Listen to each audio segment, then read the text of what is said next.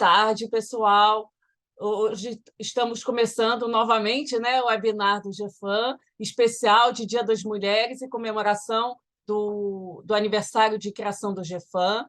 O GEFAM, no passado, virou sociedade no dia 8 de março, então uma data bastante importante para a gente aqui do grupo, e também, claro, para as mulheres, como o Dia Internacional da Mulher. O GEFAM, desde que ele foi criado como grupo, né, a partir de maio de 2019, a gente já fez a gente teve, né, e ainda tem, ainda bem, né, muitas realizações. Então a gente começou como grupo de estudos, depois a gente criou webinars durante a pandemia, montamos os encontros anuais do GEFAM. Então, assim, o grupo ele cada vez mais vai crescendo e vai fazendo novas atividades. Então, para a gente aqui é bastante importante, bastante significativo esse crescimento. Eu acho que para nós, né, como pesquisadoras, professoras que estudamos economia do gênero, economia da família, é importante a gente poder se posicionar, poder apresentar nossas pesquisas, trazer novos pesquisadores, alunos e alunas, nos valorizarmos e valorizarmos a pesquisa que a gente faz. Então, acho que esse sempre foi um objetivo do GEFAM e acho que a gente tem conseguido trazer para o debate cada vez mais os assuntos pertinentes à economia da família e do gênero, dentre tantos que a gente sabe que existem, como as desigualdades que sejam de gênero e raça, desigualdades de renda, questões de mercado de trabalho, discriminação, violência doméstica, barganha familiar, entre tantos outros assuntos que englobam, né, os estudos de economia da família e do gênero. A gente tem um grupo grande de pesquisadores, pessoas que, na verdade, ainda nem entraram no GEFAM, porque a gente não consegue nem criar, a gente ainda está montando a criação, né, para receber novos associados, que a gente quer muito abrir esse grupo, né, aumentar o número de associados, e cada vez mais levar os resultados das pesquisas para conhecimento de todos, não só na área acadêmica, mas também para gestores, para pessoas que têm o interesse nessas áreas e que possam, de alguma forma, melhorar, né, a vida das mulheres. Hoje, além então do aniversário do GEFAM, a gente convidou a maravilhosa professora Ildete, da UF, Ildete maravilhosa, Ildete Pereira de Mello, vamos falar, né, o sobrenome também. Apesar que ela é tão conhecida, né, gente, que só o nome já remete à pessoa, né? É porque, Lorena, Ildete tem muito poucas no Brasil. Eu acabei de completar 80 anos. Eu nunca conheci uma Ildete na minha vida. E o meu neto, que adora estatística, fez uma pesquisa e descobriu que no Brasil só tem 3.600 e poucas Ildete na história, Nossa. no Brasil presente. Mas a maioria é com I. Então, aí o meu nome não é com I. Então, eu fiquei meia carimbada. Tá certo, tá certo. Então, olha, sem mais Pode ser uma delongas, batida. Ildete é super especialista em economia feminista, economia dos cuidados, professora da UF, mega renomada. Eu já vou aproveitar logo, passar a palavra para ela e vamos comemorar bastante esse aniversário do GEFAM e, claro, o Dia Internacional das Mulheres. Ildete, quando você quiser. Vamos lá, vamos lá. Primeiro, eu quero agradecer muito o convite de estar aqui com vocês, né? O GEFAM já é um velho um grupo conhecido, né? A gente, é, as economistas brasileiras, felizmente, nesses últimos vou dizer 10 anos, mas é um pouco mais recente. É a geração boa parte é a geração de vocês. Vocês é a novidade, né? Eu sou professora de economia há 50 anos. Eu fiz 50 anos na UF este ano, 1º de março. E eu falo com muito orgulho disso. Eu não tenho nenhum problema com a idade, não, porque também não acho que a idade é sabedoria, não. Mas é a vida que eu tenho, entendeu?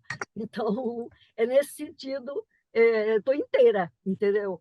Ah, e ter tantos rostos de jovens mulheres, para mim é muito bom, porque eu não tive nem como trabalhar, estudar qualquer coisa ligada à economia de gênero e às economias feministas ao longo da minha carreira.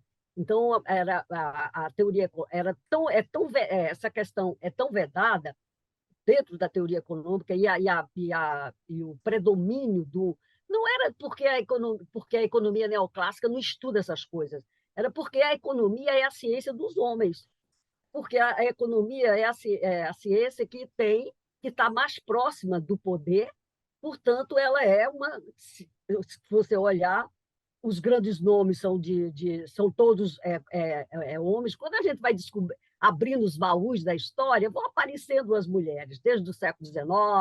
A gente já estudou, eu e a minha colega Lucilene, que está aqui também na plateia, que é a nova, é como vocês, né?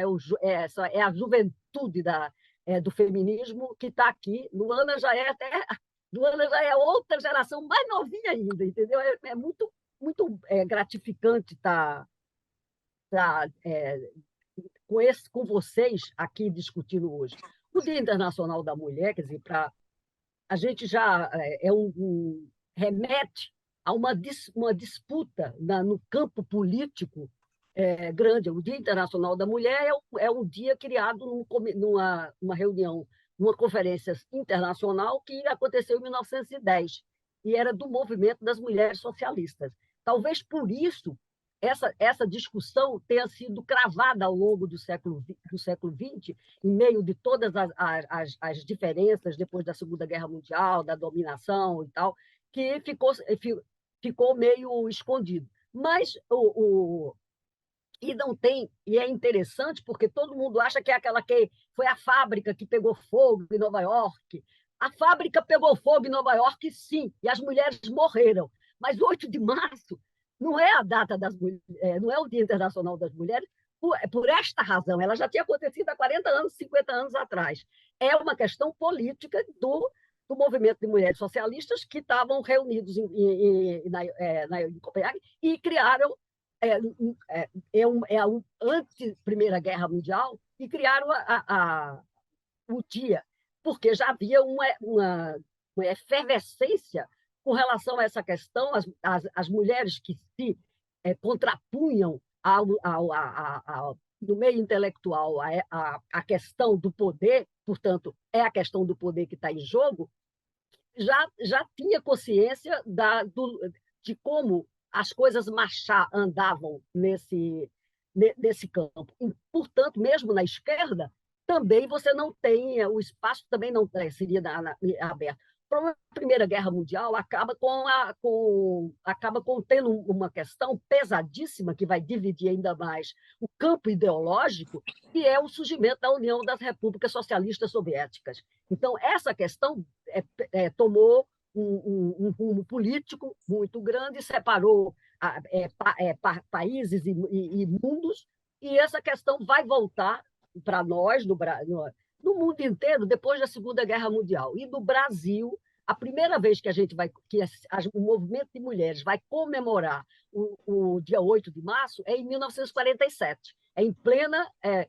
novamente, quando o Brasil tem um respiro democrático, né? Então, mesmo com toda... Eu não estou querendo fazer nenhum juízo ainda de dizer a respeito do Getúlio, porque esse período que vai de 30 a 45, ele tem... Todos nós aqui trabalhamos com a economia brasileira, sabemos bem como foi que as coisas andaram. Por exemplo, quando você fala em equiparar salário, a CLT que é de 1º de maio de 1943, e, portanto, está fazendo 80 anos daqui a menos de 2 meses, ela já contemplava isso. O problema é que no Brasil a gente tem a lei na escrita, mas não tem a lei na vida. Essa também é uma questão que perpassa e você nunca conseguiu essa igualdade, a igualdade salarial plena em todos os postos. Mas o 8 de março de 1947 não era só uma coisa das mulheres socialistas, não. Você tinha mulheres também conservadoras que participaram, que é muito interessante quando você recupera isso, ou porque você tinha mulheres que seria do espectro político dos partidos conservadores, mas elas também enxergavam e percebiam a, eu vou chamar de dizer um abismo do poder. O poder era inacessível.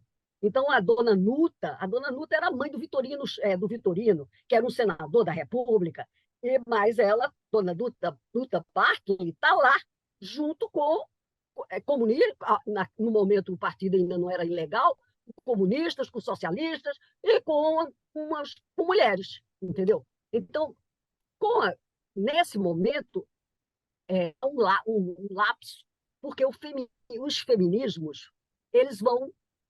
A década de 50 é uma década que nós, as feministas e as pesquisadoras, temos que procurar respostas.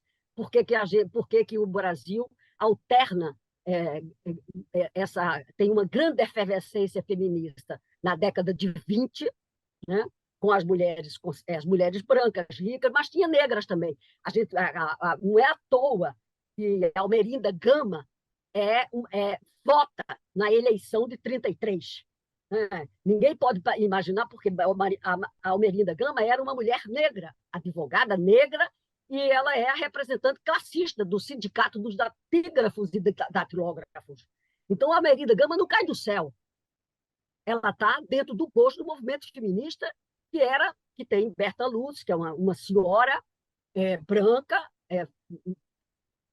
que acabou capitaneando essa questão, mas a Almerinda está lá.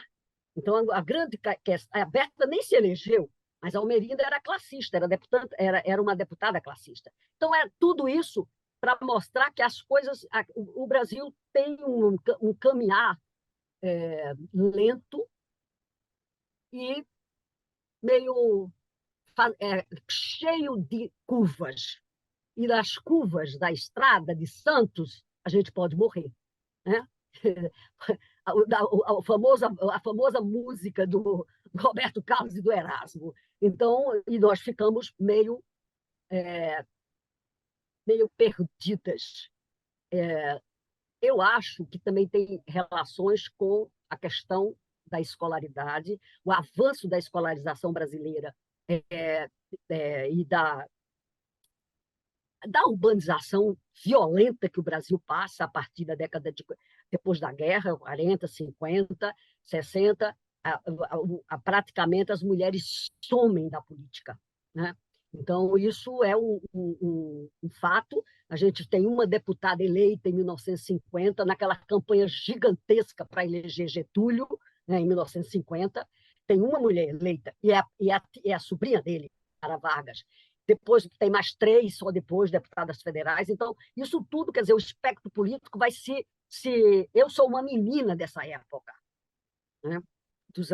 dos anos 50, na qual eu que gosto de política, que me enrosco, e desde menininha eu já... Mas eu não tinha exemplos, nem nada para ver como é que isso podia ser manejado. Eu sou uma pessoa que a política entrou na minha vida com a renúncia do Jânio, em 1961. Eu já era do científico num colégio, quando a política entra, porque aí foi uma convulsão social grande, e a partir daí o movimento estudantil foi... mas eu era a única que andava no movimento estudantil em Campina Grande, que eu estou falando da Paraíba. Mas não era diferente a Paraíba do resto, não, entendeu? Então, esse é o Brasil E essa questão, quer dizer, o 47, tem uma efervescência política, as mulheres se candidataram em 45, ninguém foi eleita, a Constituinte eleita em 45 não tinha uma mulher. E o Partido Comunista tinha 17 deputados. E não elegeu nenhuma mulher, quer dizer, porque, em geral, também, quando você procura, a representação política das mulheres vai estar nos partidos de esquerda. Os partidos, os conservadores, eles são muito mais fechados do que na história, né? Do que os outros. Essa é também uma outra questão que é um desafio depois para quem quer estudar as questões na política. Eu não sei se eu estou dizendo se essas coisas interessam tanto para a gente, porque é um trabalho de reconstrução. Muitas pesquisas quem de vocês, da turma de estudantes e tal, esse Brasil precisa ser mais desvendado. Ainda falta mais entendimento do que é o passado. Isso para quem gosta de história. Mas como a economia tem uma perna na história, uma perna na matemática e uma perna na teoria, então vamos cruzar essas pernas, a gente pode chegar a questões extremamente interessantes até para entender o nosso país. Quando você esbarra quando chega na economia, quer dizer, o 8 de março, então, na década de 50, ninguém falava nisso, porque eu não tenho lembrança, mesmo nos anos 60, né? Porque nos anos 60 você vai ter uma grande insurreição juvenil, da juventude, que é o 1968. 1968 aconteceu na Europa, nos Estados Unidos, aconteceu no Brasil também, né? Por exemplo, eu vivi em 68 na França. Eu já era economista, mas o meu primeiro filho nasceu no dia da última barricada de Toulouse. Só para dar uma ideia para vocês de como aqui a cobra enrosca o nó. Porque a maternidade, mesmo com um companheiro que entende do problema, que vive, respeita as suas ideias, as tarefas, a questão da reprodução é no corpo feminino que acontece, e essa separação ainda não está clara. Eu acho que é uma questão de como você vai viver a maternidade e partilhá-la. Quer dizer, porque a minha responsabilidade com a maternidade é ficar grávida e parir. Quer dizer, quando eu digo isso, as pessoas ficam tudo de olho arregalado. Que história é essa? Eu falei, não, é parir, nem amamentar. Eu quase apanhei já das mulheres amigas do peito, porque eu disse isso numa reunião na Fiocruz. E eu não tenho, até quem me salvou foi o João Willis, que estava lá também em 2014. Por quê? Mas é verdade. E a Nestlé existe há 150 anos, gente. 150 eu estou brincando, tá? Porque desde de 1863 que a Nestlé existe e produz leite em pó. E as crianças se salvam, né? Então, a Luana morre de rir, mas nós precisamos enfrentar os fatos como eles são, entendeu? Essa é a vida. Porque a sublimidade da maternidade é uma criação política da sociedade. Mas a minha responsabilidade é ficar grávida e parir. E eu não quero que essa responsabilidade passe para eles, nem passe para bebê do laboratório, para proveta, tá? Então, a gente precisa ficar senhora ainda da vida. Essa é o desafio que nós precisamos, senhoras da vida, mas eu não preciso ter a minha vida, a partir disso, totalmente, não diria comprometida, mas totalmente a serviço só dessa questão. Então, portanto, quer dizer, quando você olha a economia, e olha que eu escolhi fazer, eu sou economista, né? Então, o meu diploma é de 1966, meu marido já estava na França, estudando, fazendo doutorado lá em Toulouse, fui para a França, morei lá, entendeu?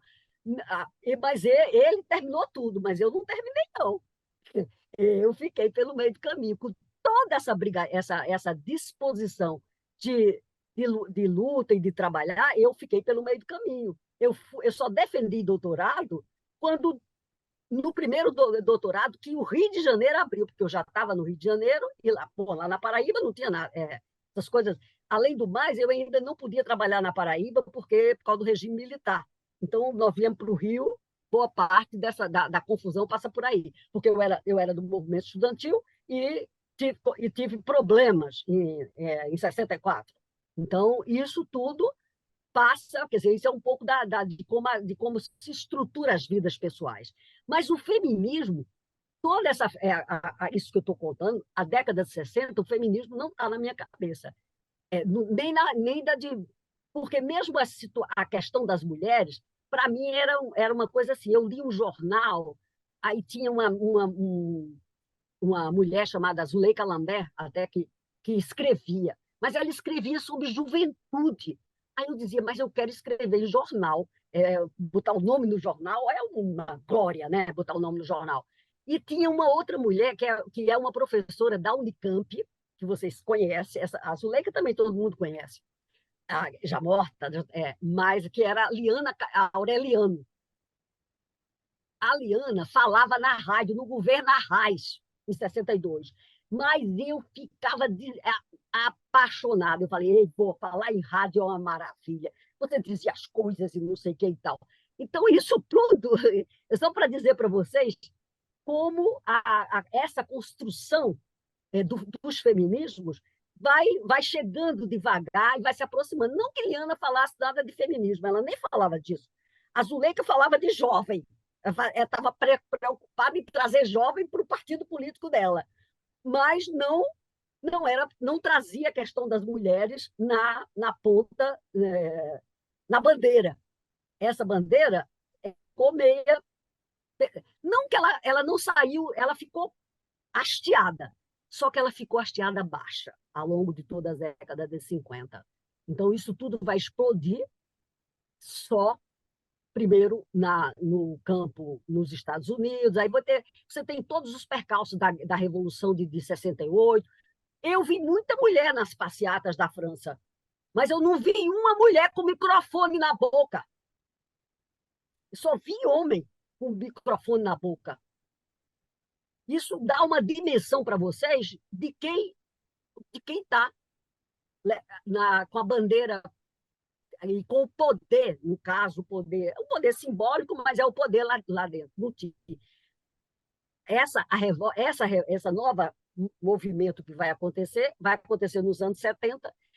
E, por exemplo, o livro da Beth Friedman, que é de 1963, que o livro da Simone de Beauvoir é de 49, que ele é um marco do feminismo.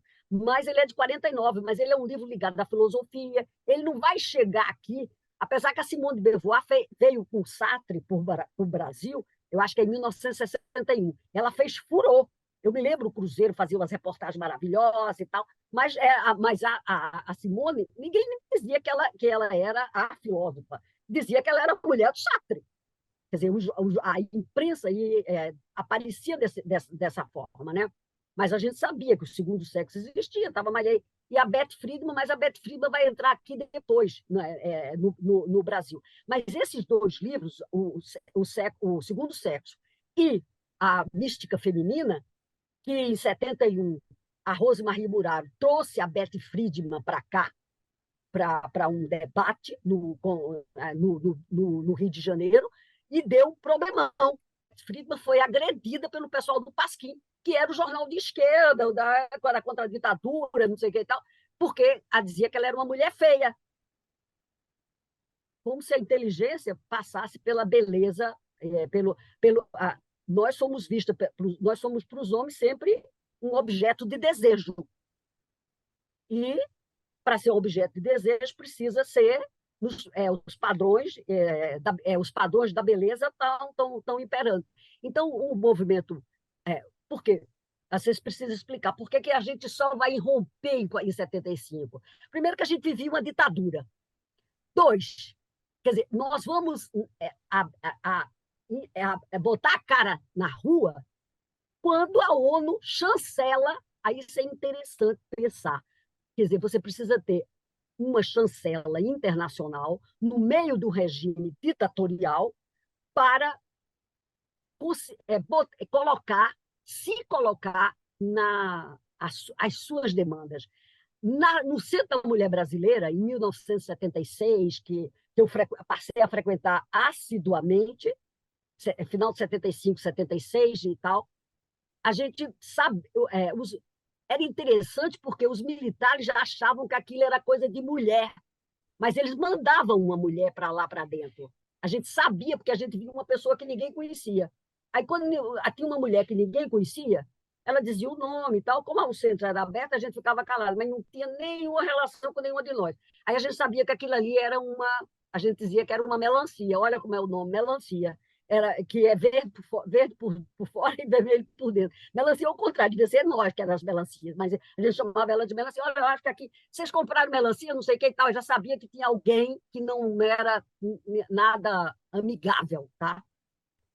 E isso, quer dizer, vocês são frutos dessa efervescência dos anos de 75 e diante, e das asas da ONU vem e organiza a primeira semana da mulher brasileira na Associação Brasileira de Imprensa. E o Brasil é muito interessante. É só para eu fechar, para a gente passar aí o debate. O Brasil é muito interessante. Os militares brasileiros, eles nunca gostaram de ficar fora da fita do ponto de vista da sociedade global. Como era a ONU que estava chamando a Assembleia das Nações Unidas para discutir os direitos, a Conferência da Mulher, em 1975, o Geisel, convidou a Berta Lutz para ser a representante do Brasil na conferência. A Berta aceitou, a Berta já estava um pouco quebrada, mas ela aceitou, e algumas mulheres, quer dizer, também foram. A Eloneida Stuart, que depois vai ser uma deputada feminista na Assembleia Legislativa, foram algumas mulheres. A delegação brasileira foi para o México. Então, é esta Assembleia que vai sancionar a abertura do Centro da Mulher Brasileira. E eu ainda vou contar mais coisas para vocês, só para fechar, porque vocês vão morrer de rir depois. As coisas que as mulheres fazem, quem está na cabeça disso não sou eu. Eu estou chegando, né? Ainda vinha com problema. Era a Rosemary Buraro, Neuma Guiar, não tinha economista, tinha sociólogas, né? A Eliette é em São Paulo, não está aqui. Eu estou falando do Rio, o primeiro lugar que Mas fizeram uma. A Rose era editora da revista do selo católico. A Rose era uma mulher da igreja, ligada à Igreja Católica, né? A Vozes. Acontece que tinha feminista lá no MEC.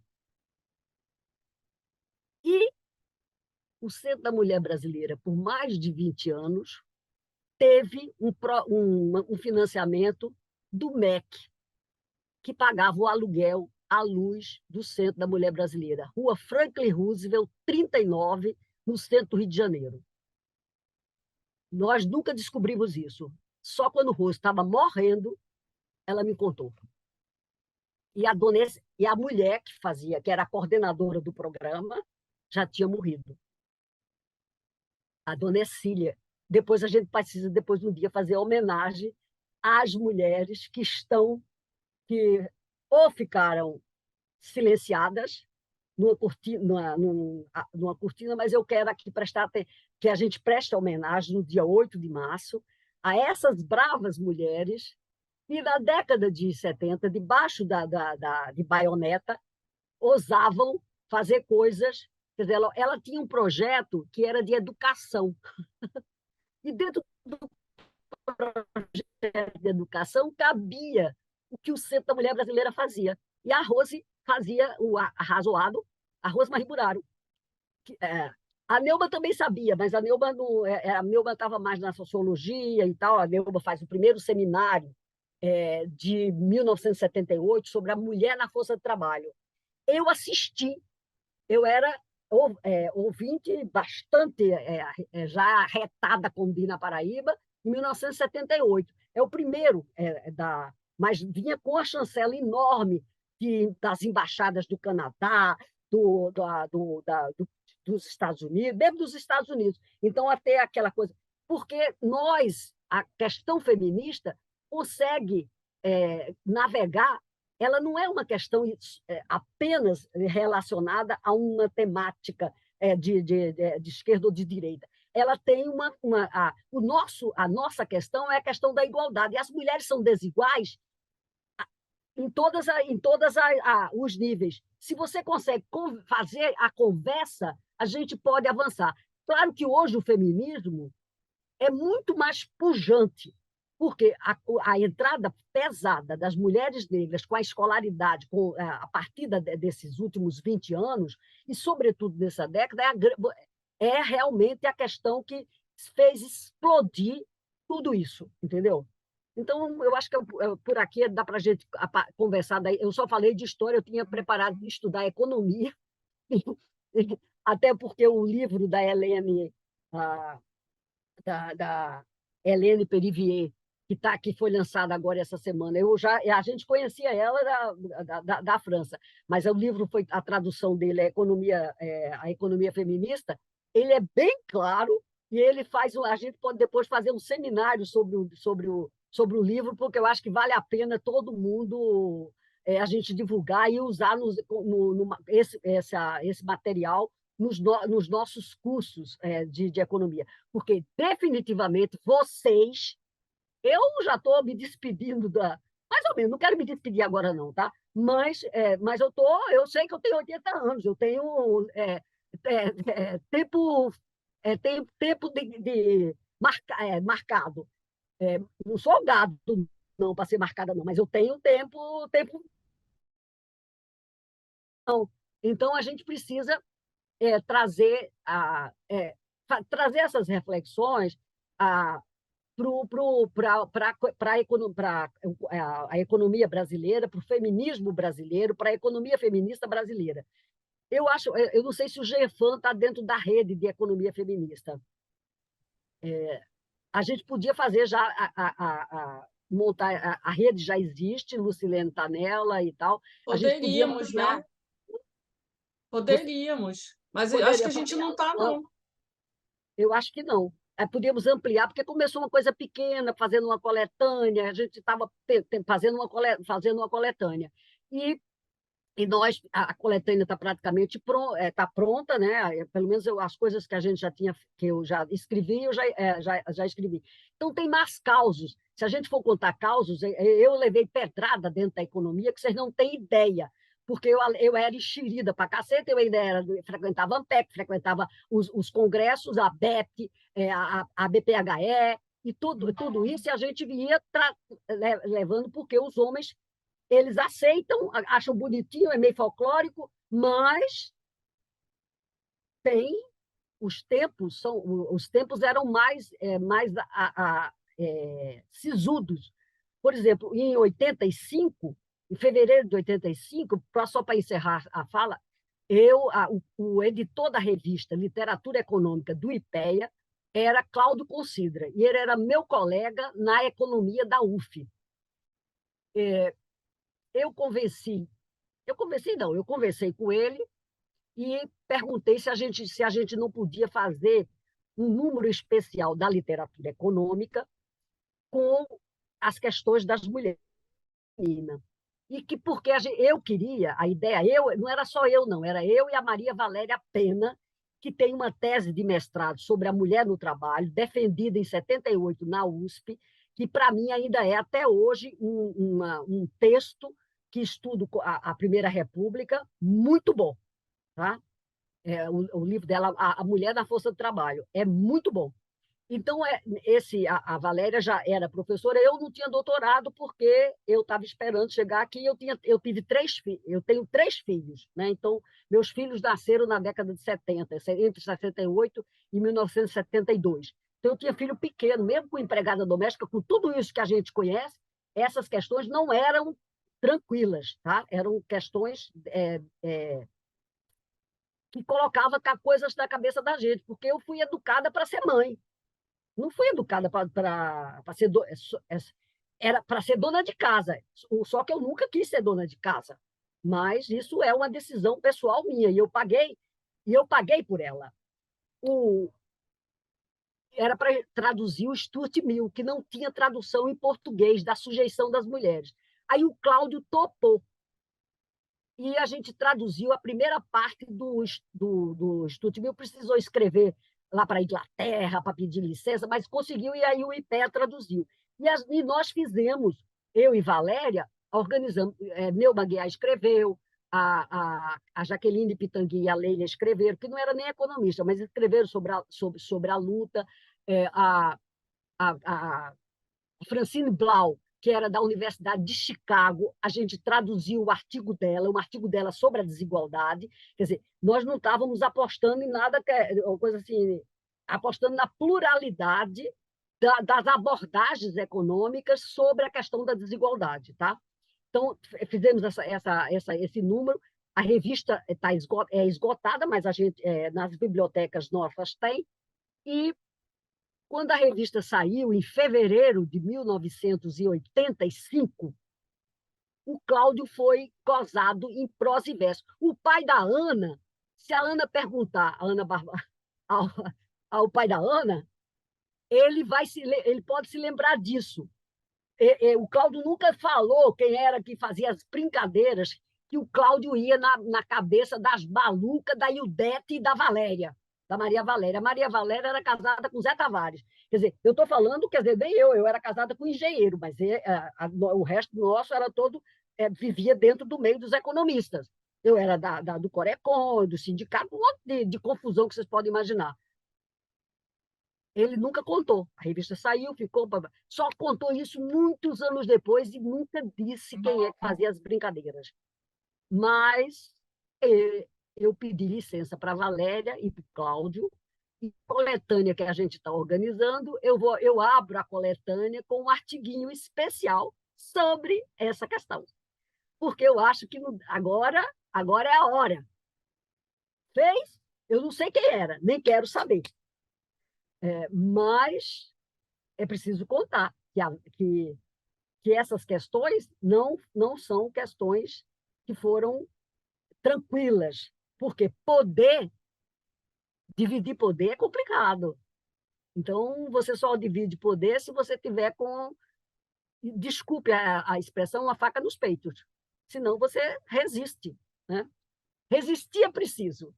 Ou, vamos lá, vocês são todas umas mulheres poderosas. Não são, poderosas e são o futuro. Eu queria perguntar uma coisa. O livro que você falou é da Helena, o quê? Perivier. Hélène Perivier. Ah, Helena Chama-se A Perivier. Economia Feminista. E o subtítulo é Por que a ciência econômica precisa do feminismo e vice-versa.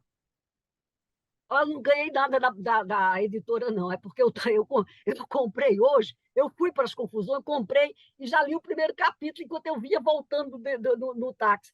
E ele é muito bem. Lu, eu já descobri qual é o teu presente de aniversário que eu não dei, tá? Ele é muito bom, porque é muito didático. Lena Lavinas me contou, a semana passada, que ela faleceu, Ah, a Hélène Perivier. Eu a vi em 81, em 2021, num seminário que a ONU organizou, e ela falou, entendeu? Foi um seminário ótimo.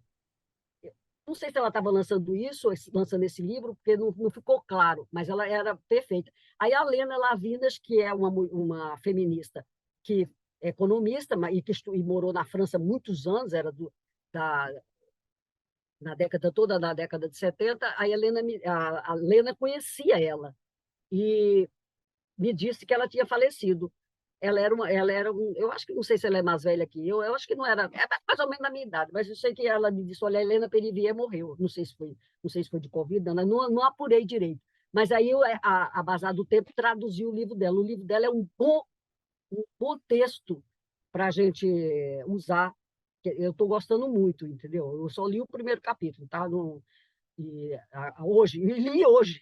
Eu estava me preparando para estudar, para trabalhar com vocês isso. Acabei saindo totalmente do figurino e falando de memórias de como é ser economista, professora de economia nos anos 70, nos anos 80, nos anos 90 e nesses últimos 20 anos do século XXI. Nossa, foi ótimo. Olha, eu adorei. Eu fico com Adorei, vergonha, porque eu acho que nossa. eu falo eu conto muita coisa. Não, mas é bom. Eu gosto. São memórias, tá? Memórias feministas. É, memórias são boas. É bom a gente compartilhar. E agora a gente precisa depois ler os textos e discutir os conceitos para trazê-los para dentro da. Porque a gente trabalha achando que a teoria neoclássica não tem respostas. Ela tem respostas para discutir. Não porque que o trabalho não remunerado, dos cuidados, é nosso. Isso não tem respostas. Mas nem tem resposta nem neoclássico, nem marxista. Então não tem ninguém que tem respostas. O cara mais próximo da gente talvez seja o Stuart Mill. O amor faz tudo, né? É o amor dele com a Henriette. A gente trabalhou, eu e a Lucilene trabalhamos com a Henriette, num texto sobre a Henriette. Mas a Henriette está sendo vendida como socióloga, ela não é socióloga, né? Então, ela é uma economista. Só que o Stuart Mill, nas memórias dele, ele diz que o marido dela não deu licença para ela assinar com ele princípios, né? E o capítulo 10 é dela, que é o capítulo de trabalho. Então, tem umas coisas que a gente precisa desvendar. Então, por exemplo, o Stuart Mill é uma figura que dos economistas e extremamente interessante, que o Barbudo não é, né? O Barbudo não estava preocupado com isso. O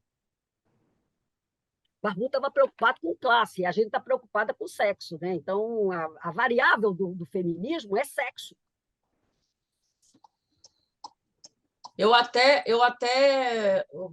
Outro dia eu estava lendo algumas coisas do Condorcet, que ele viveu na época da Revolução Francesa.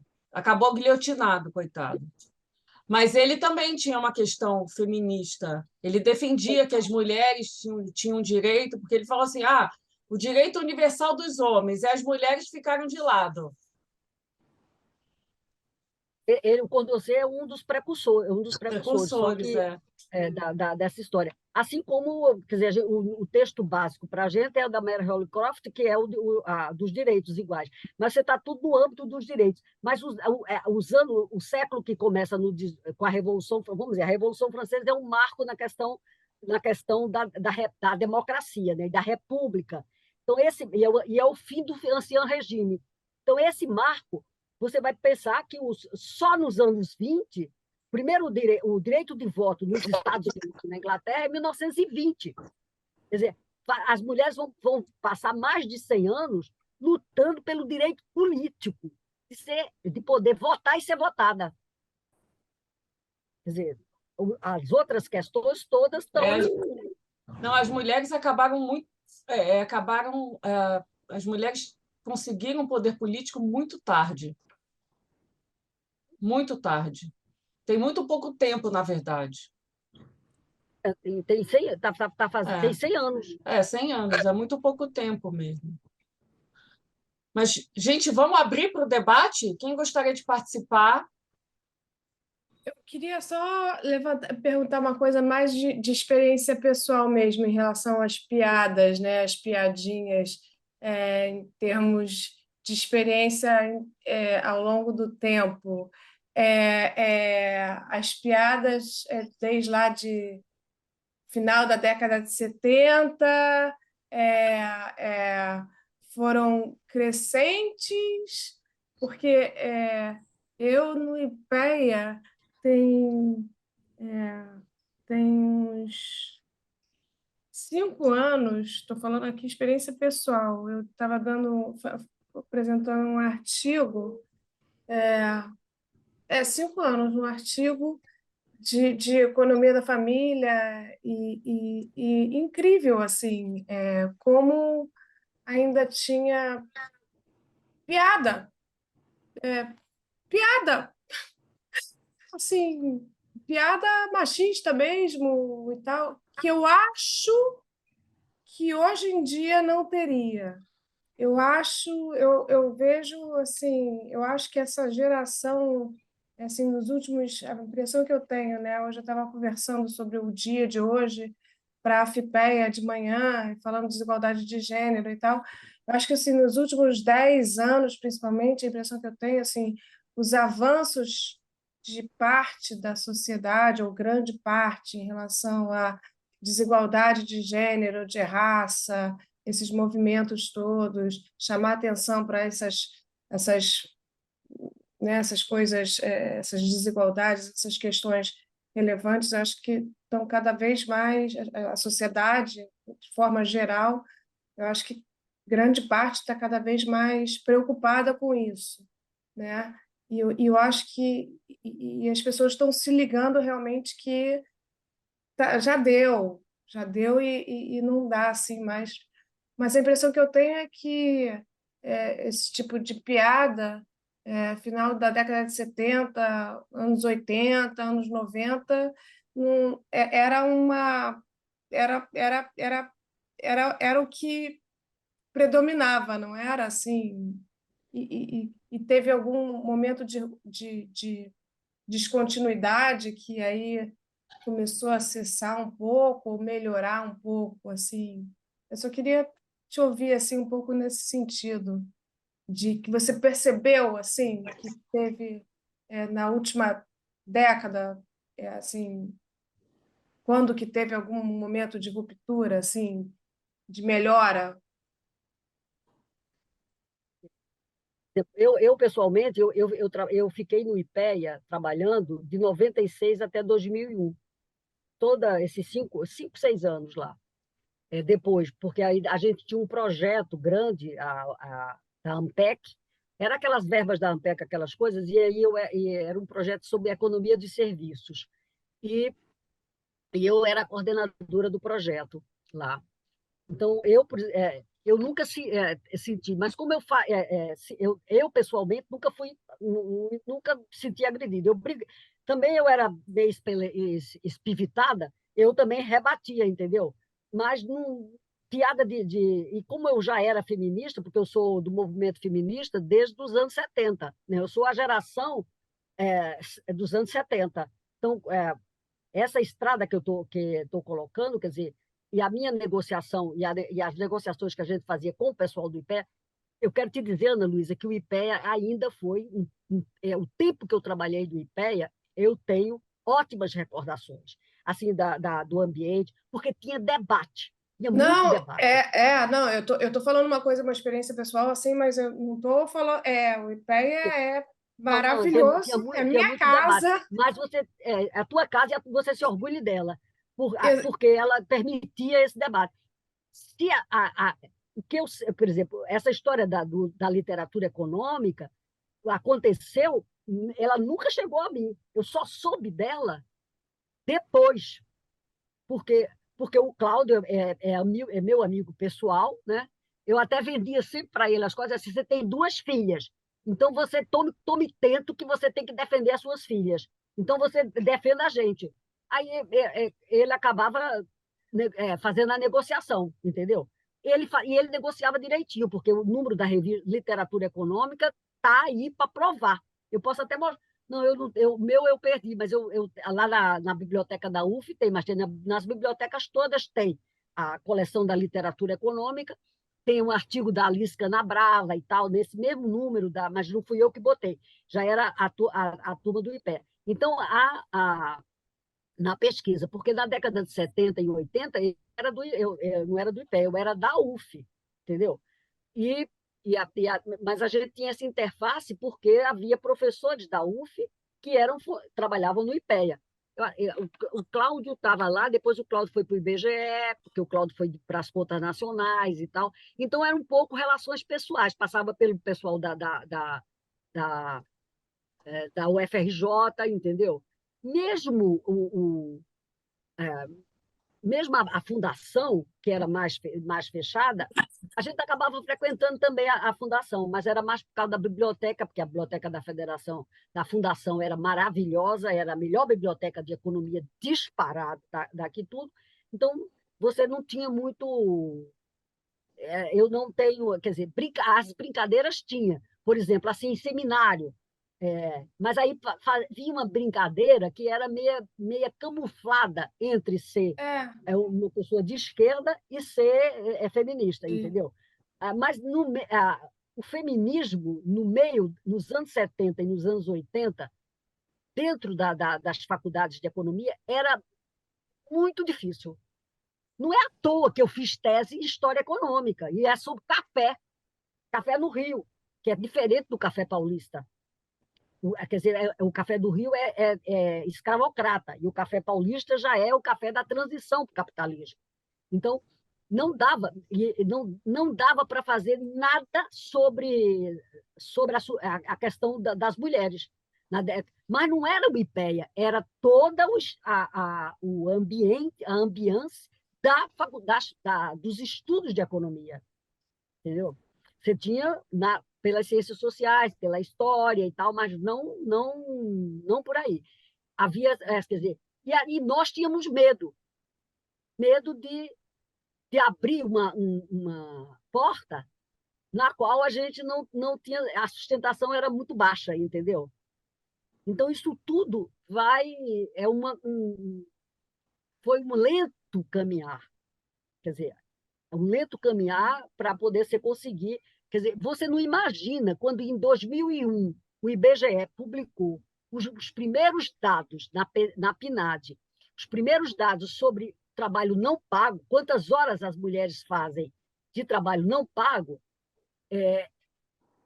foi uma coisa assim que, quando eu li, olha, eu era rato de IBGE, eu vivia em todas as reuniões do IBGE, que era para soltar os dados, aí eu ia para lá, entendeu? A gente assistia as reuniões do IBGE e tal, para quando as PNADs iam ser apresentadas. Naquela época não tinha nada dessa coisa remota, a gente tinha que ir para o auditório do IBGE. Como eu morava no Rio de Janeiro, eu era uma privilegiada, né? Embora ainda no Cosme Velho, era pertinho, eu sempre estava lá.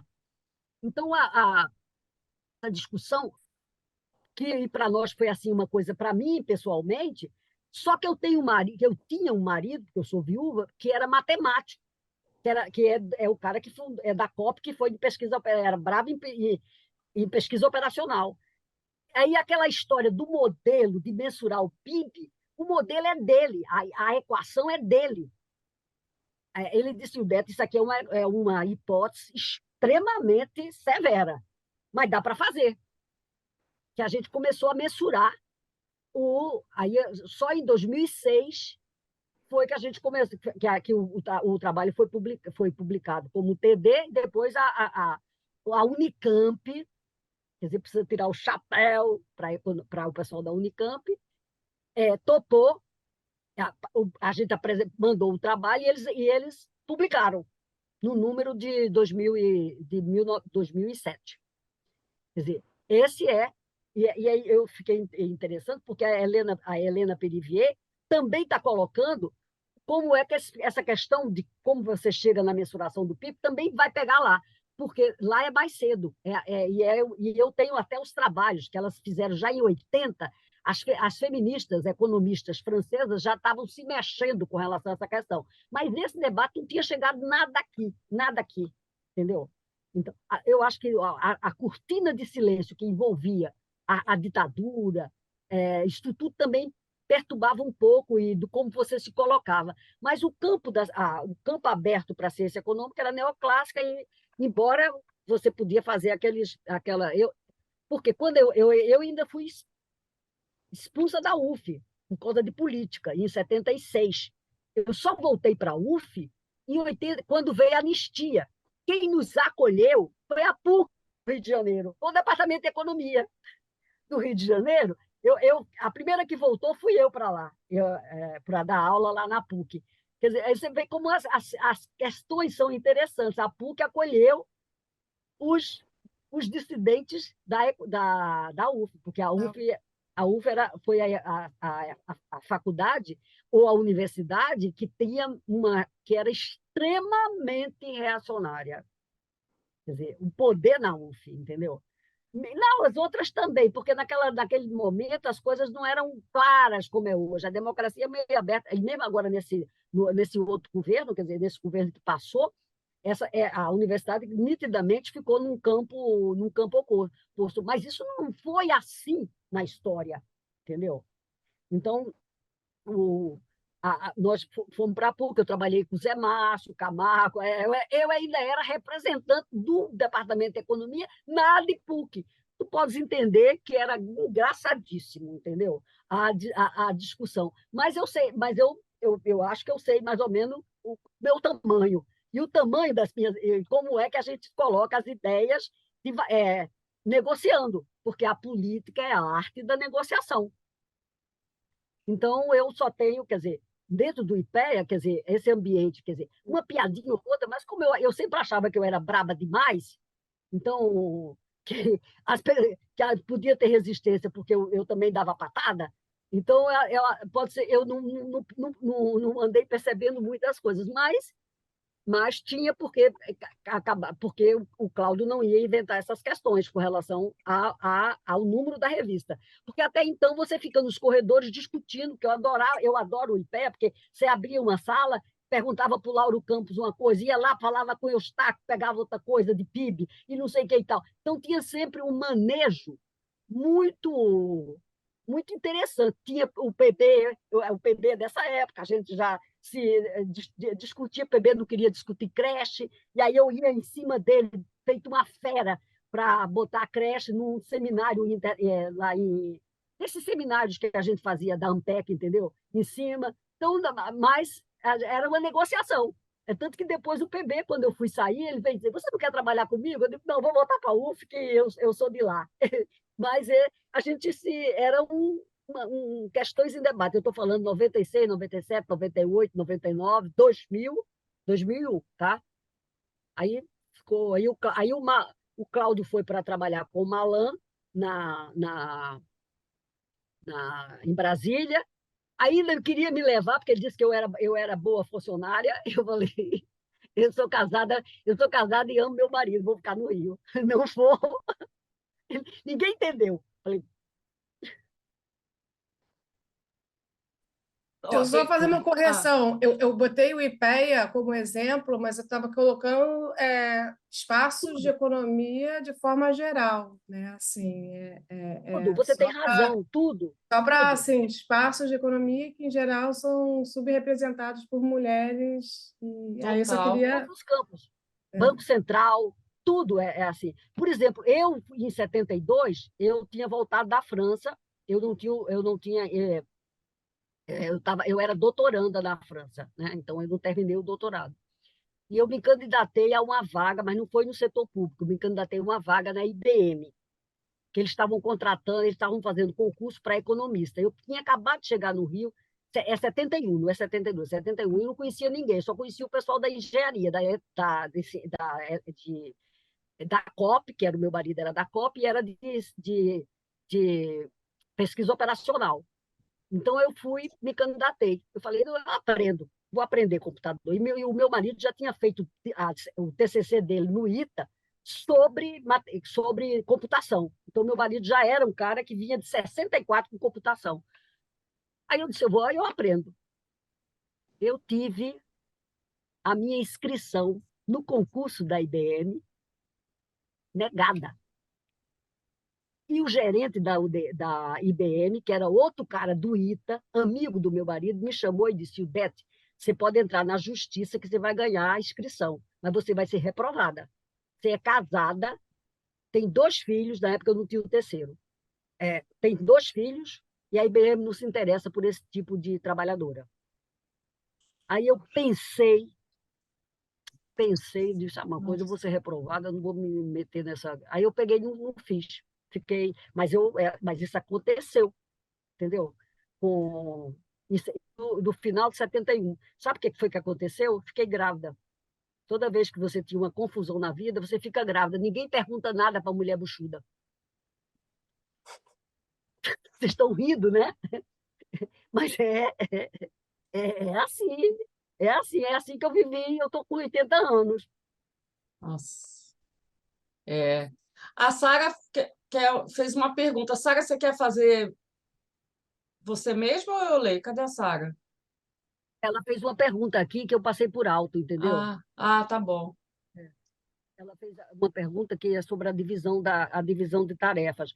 Olha, Tá. eu falei muito aqui sobre a divisão sobre essas questões, mas a gente não coloquei uma terceira pessoa que está nessa jogada, que são as empregadas domésticas. Entendeu? Então, é, eu, eu penso, se você pega pela minha história pessoal, a minha história pessoal é complicada, porque quando eu vim morar no Rio, a minha sogra foi morar comigo. E eu morei 26 anos com a minha sogra e ela morreu nos meus braços. Então, é muito doido isso, né? É mais fácil morar com a sogra do que morar com a mãe, porque a minha mãe queria mandar em mim, mas a minha sogra não queria mandar em mim. Então, é mais tranquilo. E tinha duas empregadas. Essa é a realidade das mulheres da década de 70. Então, quando ela pergunta aqui sobre a divisão de tarefas domésticas e o papel da herança socialista, olha, eu não diria que a herança socialista tem que se ter herança socialista. Você tem ideias socialistas que não se consubstanciaram nos países socialistas. A única, quer dizer, ideia que a gente sabe, que eu até, quando eu morei na França, a gente foi na Checoslováquia, a gente fez umas discussões por ali, era a escola em tempo integral. A escola em tempo integral e creche. Que essa, para mim, é uma bandeira que, nesse momento do Brasil, ele é vital. Se tivesse que alguém me perguntar qual é a política pública que você acha que tinha que ser implementada agora, eu dizia, porque essa é exequível pelo Estado. Que é creche de 0 a 3 e a escola, a educação infantil e a escola fundamental até 14 anos tem que ser integral. E não é integral de 7 horas, não. É integral de 10 horas, que as mães deixem lá. Porque se você não tem essa questão posta na vida, a questão dos cuidados com as crianças é dramática. Isso é uma reflexão que a gente tem que fazer. Sai do campo da economia para o campo das ciências da sociologia, porque não qual é a questão econômica? É caro creche, é caro a escola em tempo integral, mas o Estado vai ter que arcar, porque a minha história, mesmo com empregada, com a cozinheira, com uma babá, com uma outra mulher dentro de casa que, por exemplo, eu podia dava aula de noite na UF, a minha sogra estava em casa, meu marido também, mas isso dava para resolver se tiver boa vontade. Não é uma coisa tranquila. Agora, se a creche mas eu vou te dizer mais para vocês, eu faço política desde 61. Bem ou mal, andei sempre. Mesmo quando eu voltei para o Rio, com as confusões, eu fui para o partido. Eu era mulher de frequentar partido político, eu frequentava o MDB, nunca fui candidata, mas andava dentro fazia uma mistura de política. A gente tinha um grupo de mulheres que era as mulheres. Depois é que o PT entra só em 80, quando ele é fundado e tal. Então, na década de 70, era soberano, era o MDB ou a Arena. E aí você fazia umas alianças meio doidas com algumas mulheres, mas a Arena também não tinha muito candidato. De qualquer maneira, essa construção da creche, a gente levava para o 8 de março, por exemplo, levamos. Eu tenho os alertas feministas que a gente fez, e era redigido lá no centro e tal, Parará, a gente levava. Ninguém desaprovava, mas também ninguém se mexia muito. Até hoje, Aí você pode dizer, não, porque aquilo era tudo mulher de classe média. As mulheres de classe média tinham uma costa larga por conta das empregadas domésticas. É verdade. Mas será que isso é tudo? Porque, por exemplo, a primeira pesquisa que eu fiz, que eu escrevi, é um artigo sobre empregada doméstica em 82, que foi para uma universidade americana chamada da Temple University, que é um livro, que é Muchacha no Moro, que eu fiz uma pesquisa sobre, até com os dados do Rio de Janeiro, sobre o emprego doméstico, o trabalho doméstico remunerado, e entrevistei não era sindicato, era a Associação das Empregadas Domésticas do Rio de Janeiro. Uma delas ainda está viva até hoje, Dona Zica, com 90 anos. Então, você entrevistou, mas tinha toda uma discussão, porque nós, as mulheres, a gente tem nós, e aí tinha a empregada. Como dizia assim, a mulher assim, é a mulher e o outro lado é a puta. Então, é a puta com. A mulher com a empregada doméstica e mais o outro esquema, né? O esquema que faz o mesmo serviço que a gente faz, o sexual, e a paga. Então, eu usava isso na sala de aula para explicar a economia. Ó, se frequenta o postíbulo, paga a mulher e casa com ela porque se apaixonou e deixa dar a mesada do mesmo jeito, a mesada não entra no PIB. Então, não é nem o exemplo, não é nem meu, é do Galbraith. Entendeu? Então, é perfeito para mostrar essa questão. Então, hoje, refletido, né? Mas as creches e a escola em tempo integral, mesmo eu morei também na Inglaterra. Na Inglaterra, quando dá 4 horas, a escola abre, fecha. Vai sair em todo mundo. Então, as mulheres, essa questão do trabalho, o tempo integral para as mulheres é delicado, entendeu? Não, quem tem a escola mais longa e mais aberta é a França. Mas quando eu morei na França, eu não tinha filho, entendeu? Eu não fui depois muito assim para congresso, aí não dá para ir para ver. Mas na Inglaterra, depois eu morei em 91 na Inglaterra. Então, essa. E para mim era muito elucidativo, porque quando a escola, entre 3h30 e 4 horas, as escolas estavam entregando as crianças. E as mulheres na Inglaterra não têm, tem também uma desigualdade enorme. Então, a desigualdade campeia em todas as economias.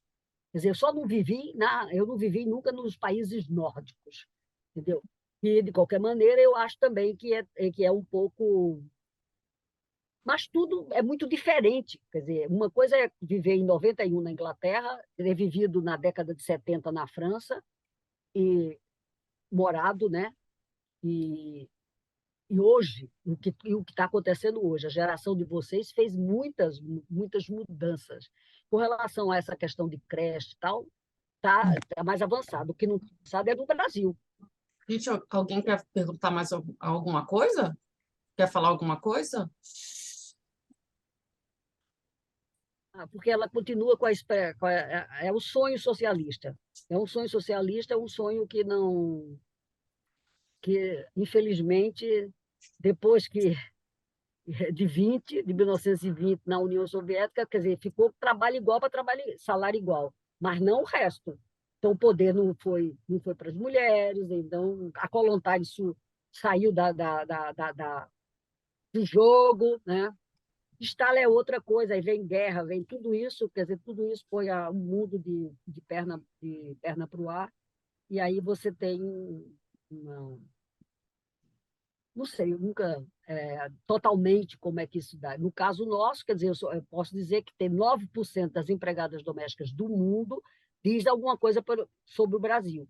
Mas empregada doméstica, mas o trabalho doméstico remunerado, serviço doméstico remunerado, eu gosto mais de chamar assim, ele existe enquanto tiver rico e pobre. Então, a partição da riqueza é definitiva. Ou você tem, a menos que você garanta uma educação pública. Olha, vocês não podem imaginar, eu era do conselho, eu era da SPM. Aí eu fui para uma audiência. Quando tinha audiência pública lá no Senado, na Câmara Federal, em geral, a ministra sempre mandava eu ou Lourdes Bandeira. como dependendo do tema, é uma das nós duas. Tanto na Nilce e depois mesmo na Eleonora também. Eu fui para uma audiência que era para discutir o EJA. Era o EJA de noite. Então, qual era o pedido? Era o pedido das mães, era ter o EJA, que é a escola de 6 da tarde, 18 horas às 22 horas, com creche. Ter uma creche na escola. Vocês não podem imaginar o pau que cantou lá. E a coordenadora da comissão era a deputada Dorinha, essa que está até hoje aí.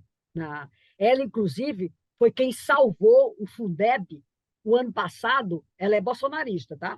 Pelo menos era do partido do Bolsonaro. Mas ela é uma mulher decente, a minha impressão, porque quem me salvava na comissão foi ela, porque os sindicatos ficaram todos contra, porque eu defendi de forma ferrenha que tinha que ter creche para o EJA. Mas sabe qual era a diferença? É que o pessoal achava que a creche na escola, no EJA, tinha que pagar um salário noturno. E não pode ser, porque o salário noturno só pode ser depois de 22 horas. Então, a legislação esbarrava na legislação brasileira. Até 22 horas não é trabalho noturno. Porque essa é uma discussão ainda que reporta a discussão de Paris, a Convenção de Paris, da Primeira Guerra Mundial, que a gente ganhou o direito de proteger a maternidade, e o trabalho noturno. O trabalho noturno também deu um pau, não entrou. Depois é que entrou, porque as feministas queriam, porque diz trabalha de noite quem quer. Então, não pode cercear a liberdade das mulheres de trabalhar de 10 às 6 horas da manhã. Então, aqui, o pau era porque eu defendia que a EJA não precisava ter o salário, porque o horário não era noturno. Mas, olha, foi um pau cantado, entendeu? Com a turma do sindicato. Acabou não dando em nada, entendeu? Porque ficou um clima complicado, mas a legislação era perrepitória. Trabalho noturno é a partir de 22 horas. Eu vou aproveitar e vou passar para a Luana. Sempre uma alegria ouvir o Det, né? A gente sempre fica muito feliz de ter essa oportunidade de ouvir as memórias de Udete. E o Det está em toda a minha formação, esteve em todas as minhas bancas de mestrado e de doutorado. Então, é uma alegria poder ouvir o Det falar da sua trajetória e da sua contribuição aí à luta feminina. Eu queria te ouvir, Udete, já que a gente tem um público aqui, boa parte de professoras ou estudantes que pretendem ser professoras, e você que passou aí, lutou, né, para conquistar esse espaço da gente estudar esses temas dentro da economia, a gente vê que ainda o espaço é bastante limitado. Que conselho você pode dar para a gente, que é professora de economia, que atua na área de economia, para a gente conseguir ampliar mais ainda esse espaço e efetivar esse debate como algo da economia, não algo como algo marginalizado, mas algo que é inerente à ciência econômica, em especial tendo disciplinas obrigatórias que tratem dessas temáticas, não algo só como marginal, mas algo como central para o estudo da economia, entender essas desigualdades que estão aí na base da estruturação da sociedade. Então, que conselho você nos daria para a gente tentar e avançar, ter linhas de pesquisa mais nesse debate? Os programas de pós-graduação ainda são muito fechados nisso, a gente não destaca no Brasil programas de pós-graduação com essa linha. Acho que a UF tem se destacado nisso, né? Tem uma linha mais pensada para esse debate de gênero, mas não é tão forte. Então, eu queria ouvir seus conselhos de como é que a gente consegue avançar aí nessa agenda na economia. E a alegria te ouvir e muito Obrigada. feliz de participar da minha formação. Ana, Lorena, Ana e todas as outras que podem escutar isso, olha, isso aí a gente vai ter que cada dia é um dia, cada hora é uma hora. É preciso botar tijolo por tijolo. e produzir. Quer dizer, fazer o que vocês já estão fazendo. Vocês são todas, já tem uma produção colocando essas questões da desigualdade, trazendo o tema para o debate, né? Vamos combinar que a gente vai fazer no segundo semestre novamente o seminário da economia feminista. Então, a gente vai começar fazendo debates e tal, e ampliando. Mas pensem bem que a ciência econômica é uma ciência a que está mais próxima do poder poder político e da definição do Estado. Então, esse terreno é um terreno, nós somos muito poucas ainda, quer dizer, embora nós somos menos de 30% das estudantes de economia do Brasil, as mulheres, como elas têm melhor desempenho que os homens, a gente consegue se formar um pouco mais, 32%, 33%. Estou dando um exemplo dos estudos sobre a Faculdade de Economia, mas eu diria que a Faculdade de Economia da Universidade Federal Fluminense não é diferente do resto, pelo menos do que eu passei com o negócio do Corecon.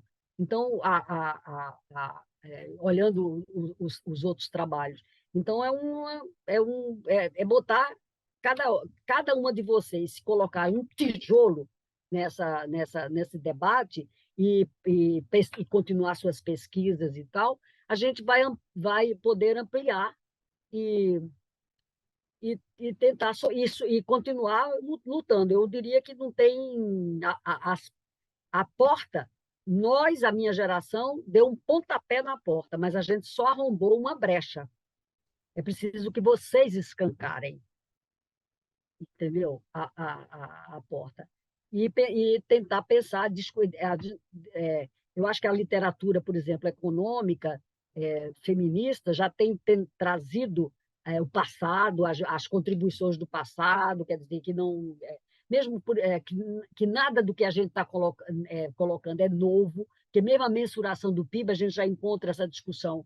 A questão de todas das contas, chamadas contas nacionais, é da década de 20. Então, a década de 20 já começa a ensaiar, fazer levantamentos e tal, e tentar ir abrindo e tentando arrombar a porta, mas é arrombar mesmo. Agora, isso vai com o tempo. Eu diria que e a gente depende de vocês que estão aqui, vocês que são jovens, estão todas, são pesquisadoras de ponta, então é não esmorecer, entendeu? Porque, por exemplo, quando eu estudei, a gente não colocava nada de raça em nada, né? Até havia os dados no censo, quer dizer, quando eu pego o censo, eu ambiciono fazer um trabalho com o pessoal da UFES, e a gente pode até depois pensar o que é que a gente pode fazer tudo juntas, que é fazer um estudo dos censos brasileiros e do trabalho da mulher nos censos brasileiros. Por exemplo, quando a gente pega o censo de 20, a gente tinha 19% no censo de 20 de trabalhadores domésticos do sexo masculino. Depois eles vão sumindo, com a industrialização, eles vão sumindo, eles hoje são 6%, 7%. Embora em 22, acabamos de rodar o dado, deu quase 7, quase 8%. Então, tem alguma coisa, porque aí a questão do envelhecimento, de cuidador, porque como não existe a profissão de cuidador, o cuidador está dentro de emprego, dentro de trabalhadora doméstica. Então, é a mesma coisa. A gente está chamando o chapéu de cuidadora, porque cuidadora virou a palavra da moda. Então, você se rebela, mas aí tá muito cunhado com isso, entendeu? Cuidadora, um chapéu amplo, envolve os afazeres e envolve o cuidado com a família.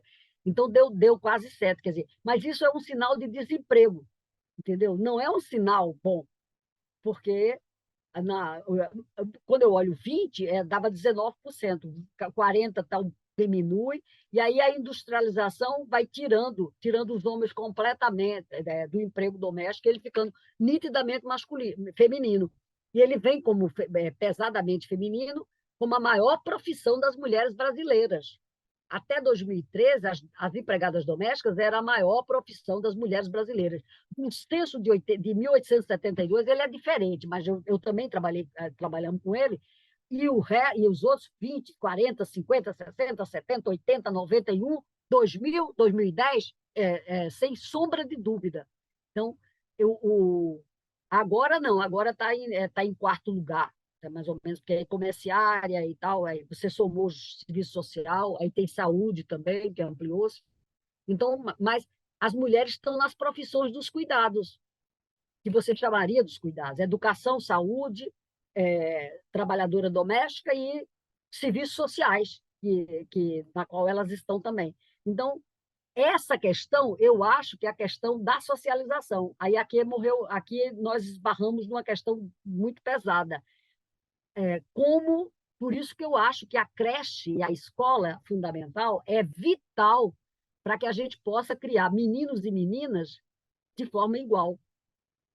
Mas isso, eu não sei nem se os netos de vocês tiverem essa perspectiva, já é uma boa coisa, entendeu? Eu não sei se a gente consegue criar de forma igual, né? Mas que você, pelo menos, permite que a mulher possa escolher seu curso de graduação, sua profissão, não tão preocupada em horas flexíveis, sabendo que ela vai ter que os filhos vão ter um lugar para ficar. Ela pode, então isso também ajuda a diminuir um pouco as diferenças.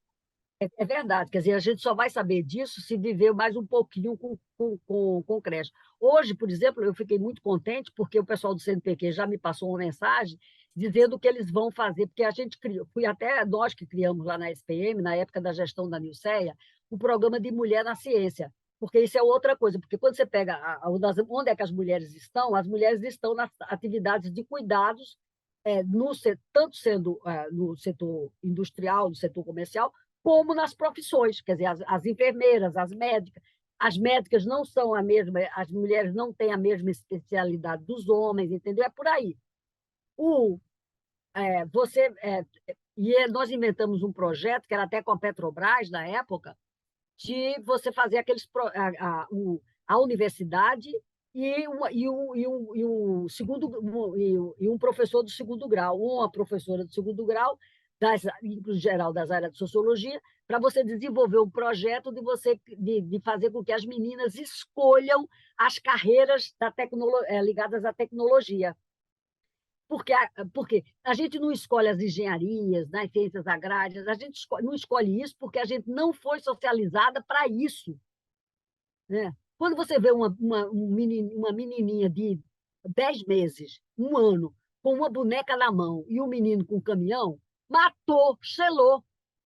Você não vê o menino com a boneca, porque eu nunca vi aqui no Rio de Janeiro. Que é a coisa que eu mais olho na vida quando eu vou pela rua, é se vem uma bebezinho menina. A menina está com a boneca. Nunca vi uma menina com uma bola, nem com caminhão. Vejo com boneca. Agora, os meninos, não. Então, isso, quer dizer, essa questão é uma questão mais dura, que não passa só por as vontades nem nada, mas passa por toda uma mexida na sociedade muito grande. Mas, para isso, a gente precisa se fortalecer e ter pesquisas fortes dentro da universidade. O programa do CNPq, a Maria Lúcia Braga, que é a coordenadora hoje do grupo de gênero de lá, me passou um e-mail dizendo: olha, professor, tem 100 mil para uma... 100 mil que ela falou. 100 mil é pouco, né? É uma pesquisa pequena. Mas, de qualquer maneira, quem não tinha nada, quem não tem cão, caça com gato, né? Então, a gente precisa brigar para que essas linhas, a gente consiga abrir linhas diferenciadas, porque você precisa tirar que as mulheres se espalhem por todos os ramos da ciência. Porque outra coisa é que a profissão das mulheres, as mulheres que se projetam na pesquisa científica, elas são uma projeção da menopausa. As mulheres não, elas só se tornam pesquisadoras pesadas na menopausa, ou então ou optam por não ter filho. Quer dizer, quando você pega as pioneiras do Brasil, que a gente considerou pioneiras da ciência, eu tinha boa parte delas que nunca se casaram. E foi uma opção. Como elas já estavam mortas, eu não sei se a opção delas foi porque não quiseram ou o que foi que aconteceu, mas elas não tiveram filho. Né? A Alice Canabrava, a da matemática.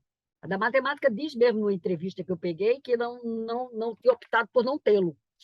A outra morreu cedo, a Marília, que era mas morreu com 41 anos, morreu de um ataque cardíaco, eu não sei, já tinha filho, inclusive. E ela é brilhante, né? É uma das mais brilhantes do Brasil, matemática. Então, Ana, não, isso tudo, quer dizer, é o futuro que está chegando. Sim. Vocês se preparem. Não, E acho que vamos vocês nos preparar. estão preparadas já. Então, todas são estreladas, todas são promissoras, e eu fico muito feliz que nesse 8 de março a gente esteja trocando memórias, quer dizer, as memórias do passado E os projetos para o futuro. A Simone Bachmann estava aí. A Simone A Bachmann Simone, ela escreveu que ela precisou sair. Pois é, agora que eu vi, eu não sabia que ela estava aí. Ela Simone estava. é uma brava mulher. Então, Ivete, eu acho que a gente pode combinar depois uma outra vez, para a gente marcar uma outra conversa. Quem sabe até pessoalmente, né? A gente Pois consiga é, fazer isso. Mas eu queria agradecer muito você ter participado aqui com a gente desse 8 de março. Nossa, não tenho nem palavras para descrever. Olha, foi sensacional. Foi muito bom. eu só falei de memórias, eu fico achando, eu falei de economia, eu sou eu fiquei Não, foi discutindo. ótimo, foi É a ótimo. construção. Eu tô na economia, trabalhando com economia desde 72, gente. Não, mas foi ótimo. Eu acho que Tem a um gente contrato tem, de trabalho. eu acho que essas memórias são muito boas, muito importantes para a gente compartilhar. Nossa, foi maravilhoso. Meu pai sempre se comportou bem, tá, Ana?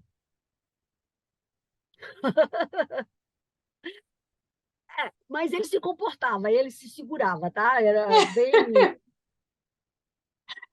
Então, olha, eu vou ter, a gente, Naquela época valia.